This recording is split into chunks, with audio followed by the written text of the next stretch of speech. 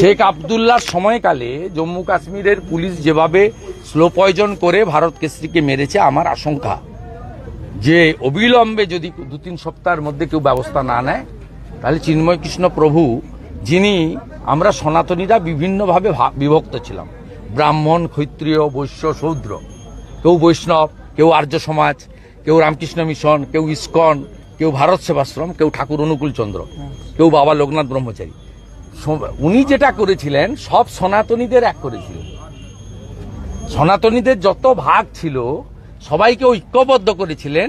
এটা ওদের কাছে খুব অ্যালার্মিং ছিল। তাই উনাকে আটকে রেখে প্রায় 2 কোটি সনাতনী, তাদের উপর দমন পীড়ন, ধর্ম পরিবর্তন করতে বাধ্য করা, ভারতে চলে যেতে বাধ্য করা, এই কাজগুলো করে হিন্দুদের মুছে ফেলতে চায়। এ লড়াই বাঁচার লড়াই নয়।